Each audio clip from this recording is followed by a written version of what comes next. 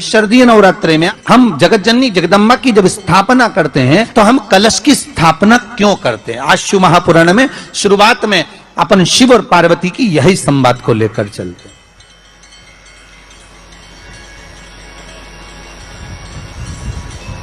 आखिर कलश में ऐसा क्या है? कलश के अंदर आखिर ऐसा क्या विराजमान है कि 33 कोटि देवता उस कलश के अंदर आकर बैठ जाते हैं? महाराज,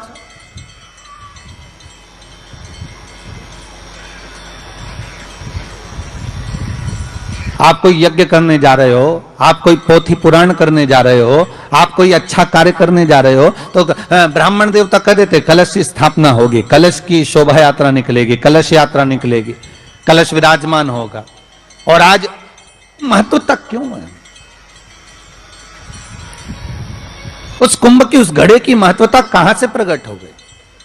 शिव महापुराण की कथा कहती है महाराज, भगवान औघड़दानी शंकर स्वयं आद्य शक्ति जगदम्बा से कहते हैं कि जगदम्बा तू क्या चाहती है बोल। तो जगत जननी जगदम्बा कहती है कि जहां मैं हूं वहां शंकर है। यह आपने कह दिया, पर जहां शंकर है वहां पार्वती का होना जरूरी है। उसके लिए सिद्ध करने के लिए एक स्थान ऐसा बनाया जाए जहां पर शंकर विराजमान है और शंकर के साथ पार्वती विराजमान है। तो शिव जी ने कहा पार्वती, उसके लिए मैं तुझे एक सुंदर कलश का निर्माण कर देता हूं। दुनिया का रचनाकार, दुनिया की रचना करने वाले महाराज, संपूर्ण ब्रह्मांड की रचना करने वाले, जिनको भगवान शिव ने स्वयं ब्रह्मदेव से कहा है कि ब्रह्मा जी तुम सृष्टि खंड को आगे बढ़ाइए, सृष्टि की रचना कर। ब्रह्मा जी कह रहे हैं नाथ, इस सारे ब्रह्मांड को रचना करना है कर दूंगा, मना नहीं है, पर रचना करता भगवान ब्रह्मा जी कहते हैं कि मैं संसार को एकाग्रित करूं उससे पहले 33 कोटि देवताओं को मुझे एकाग्रित करना, और सारे 33 कोटि देवता एक जगह पर आकर विराजमान हो जाए ऐसी कोई व्यवस्था करना। शंकर भगवान ने कहा बनाओ ब्रह्मदेव, तुम निर्माण करो। ब्रह्मा, शास्त्र कहता है कि भगवान शिव स्वतः, शंकर तो शंकर है, भगवान शंकर ने एक मट्टी का सुंदर सा भाग ढेला एकत्रित करा, उस ढेले से भगवान ने एक सुंदर कुंभ का निर्माण करा, एक सुंदर कलश का निर्माण करा।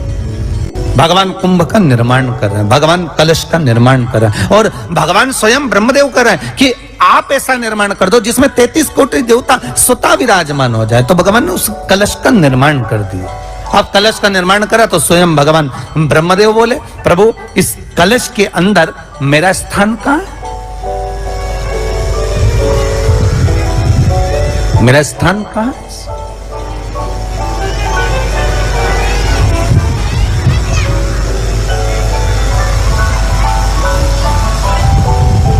बहुत ध्यान देना महाराज, कलश का जो मुख होता है उस मुख पर भगवान विष्णु का स्थान होता है। किसका स्थान है? भगवान विष्णु का। थोड़ा सा नीचे आओगे, जहां से कलश का मुख दबा हुआ होता है वह जगह भगवान स्वयं शिव की होती है। किसकी जगह है? भगवान शंकर की। कलश का अग्रभाग, नीचे का भाग जहां से फैला हुआ होता है वहां ब्रह्मा का आधिपत्य स्थापित होता है। फिर कलश का जो नीचे का भाग होता है वो भगवान शिव और शक्ति का स्थान होता है। कलश के बाहरी भाग में, जहां पर बाहर का हिस्सा होता है, उस कलश के बाहरी भाग में 33 कोटि देवताओं को भगवान शंकर ने लाकर विराजमान किया होता है। महाराज भगवान शंकर 33 कोटि देवताओं को निमंत्रण देकर उस कलश में विराजमान कर दिया। कितना सुंदर लिखा है देवी भागवत के अंदर कि जहां कलश की स्थापना होती है उस जगह पर किसी देवताओं को बुलाने की जरूरत नहीं होती। 33 कोटि देवता उस जगह पर स्वतः विराजमान हो जाते हैं। स्वयं 33 कोटि देवता स्वयं वहां विराजमान। अब कलश मेरा प्रतिबिंब है ये तो कहा, भगवान शिव की कथा कह रही है। ओगड़दानी त्रिकालदर्शी कैलाशी शंभु के पास में उस समय पर कामदेव की धर्म पत्नी रति दिया, जिसके नयनों में जल भरा हुआ। शिवजी ने पूछा, बोलो रति, आप और यहां जब आपका पति जलकर भस्म हुआ तो हमने वर दिया था आपके पति को कि ये भगवान कृष्ण का पुत्र बनकर मिलेगा आपको, फिर क्यों आप यहाँ पर आई हो, क्या हो गया ऐसा?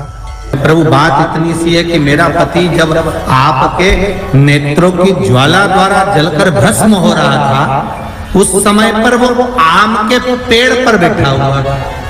आम के पेड़ पर मेरा पति बैठा हुआ था, उसके चक्कर में वो आम का पेड़ भी जला।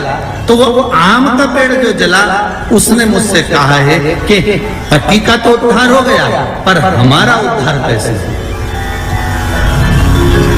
अब देखिए, कई लोग कहते हैं प्रश्न करने वाले पीछे नहीं हटते महाराज, बहुत प्रश्न करते हैं और प्रश्न कर कर पूछते हैं, गुरुजी ये कलश के ऊपर आम के पत्ते क्यों लगते हैं? उसका उत्तर है, ध्यान दीजिए।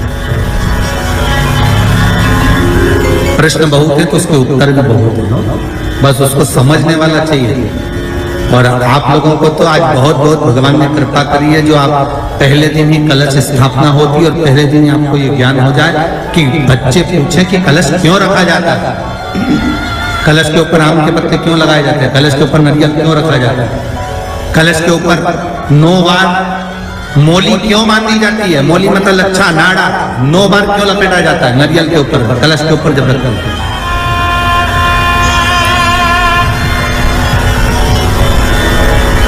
कलश के ऊपर जब जब श्रीफल रखाता है, नारियल रखाता है, तो उस पर 5 बार 7 बार मोली नहीं लपेटी जाएगी, तो 9 ही बार लपेटी जाएगी। 5 या 7 बार लपेटते हैं तो कहते हैं कि लक्ष्मी की छिन्नता होती है, और वो 9 बार लपेटी जाती है तो भरपूर लक्ष्मी का भंडार।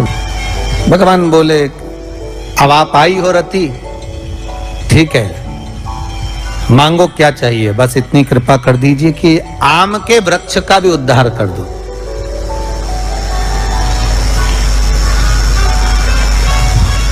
शिवजी ने कहा, हम वर प्रदान करते हैं रति, जहां शिव और शक्ति है, जहां 33 कोटि देवता इस कलश के अंदर विराजमान होंगे, उस जगह पर स्वयं कंठ पर जहां पर मेरा निवास होगा, उस जगह पर ये आम के पल्लव अमृत के तुल्य माने जाएंगे, और इनका निवास हमारे ही हाथ में, हमारे ही हस्त कमल में विराजमान होगा, हमारे ही हाथ में। अब आम के पल्लव को बाबा ने विराजमान किया।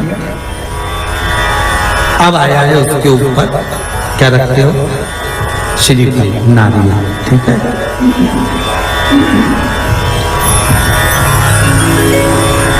नारियल कौन, अब उसका भी प्रसंग शिव महापुराण में, स्कंद पुराण में बड़ा सुंदर है, ठीक है।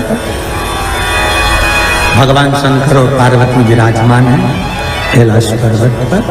भगवान शिव के मन में बात आई, शंकर भगवान ने मां पार्वती जी से कहा, ए जगत धात्री। हाँ प्रभु बोलिए, सुनो।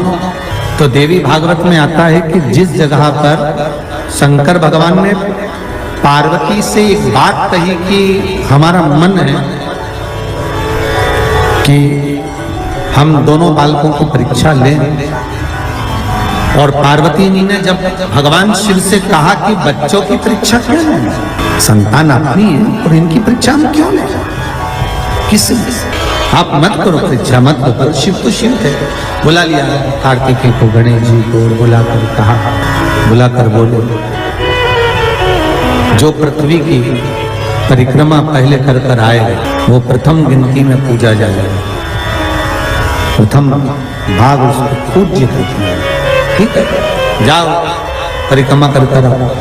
अब गणेश जी महाराज बैठ गए चूहे पर, कार्तिकेय बैठ गए मोर पर। कार्तिकेय घर के बड़े थे, उनको ये बात ध्यान में थी, उनको बात का ज्ञान था।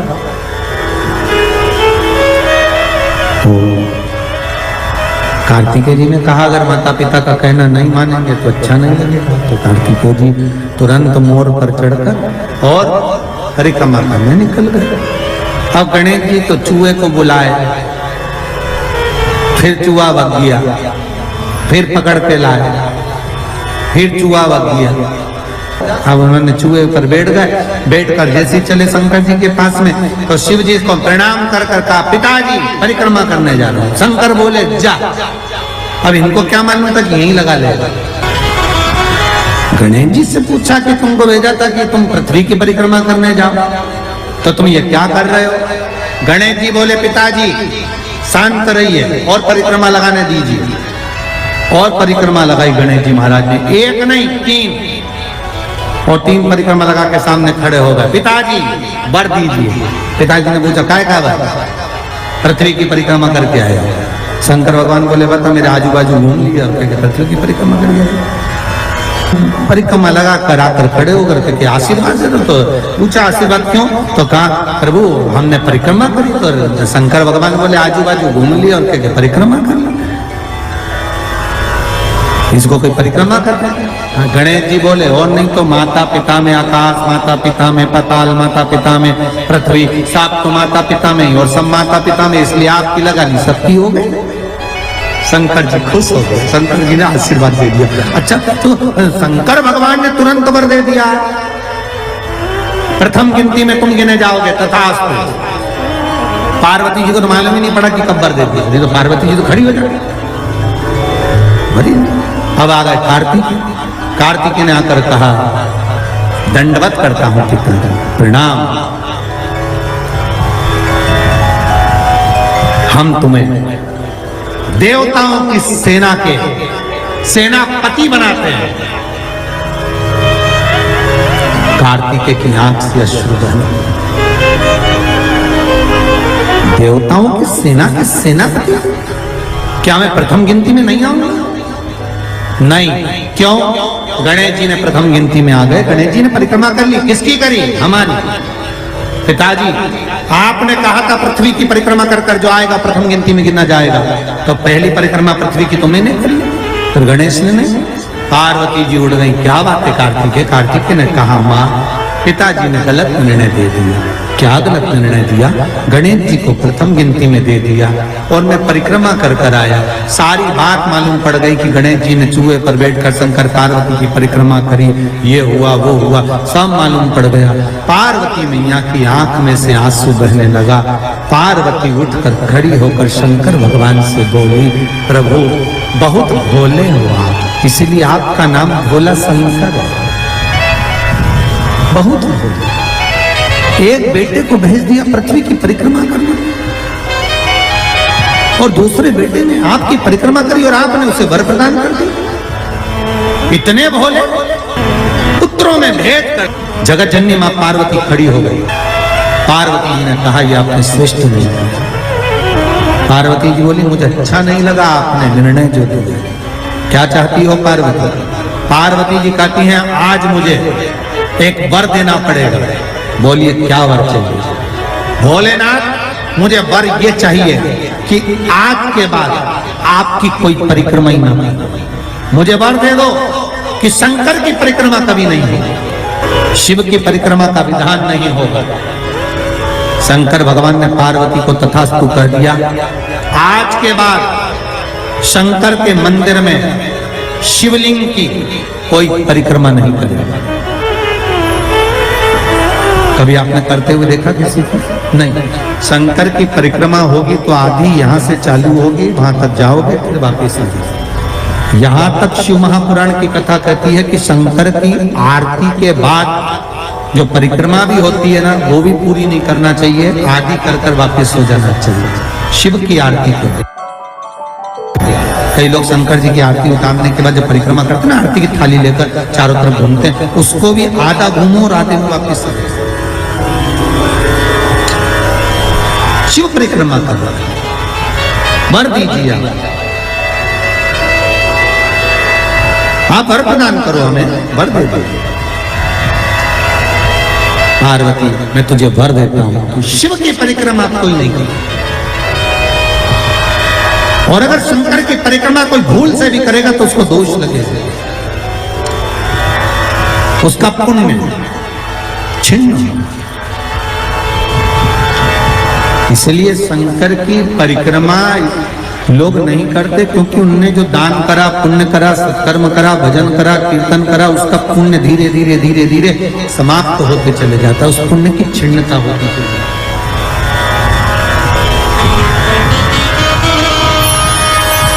नहीं।